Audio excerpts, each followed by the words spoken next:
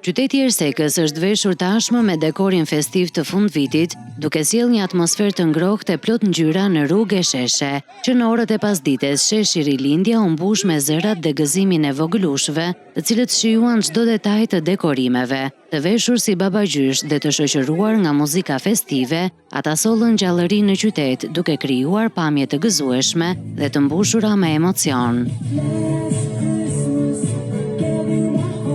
Më pas, në mes të sheshit u zhvillua momenti i shumë pritur, ndezja zyrtare e dritave të fundvitit. Me një numërim simbolik dhe mes duartrokitjesh, qyteti u ndriçua plotësisht duke shënuar hapjen e sezonit të festave.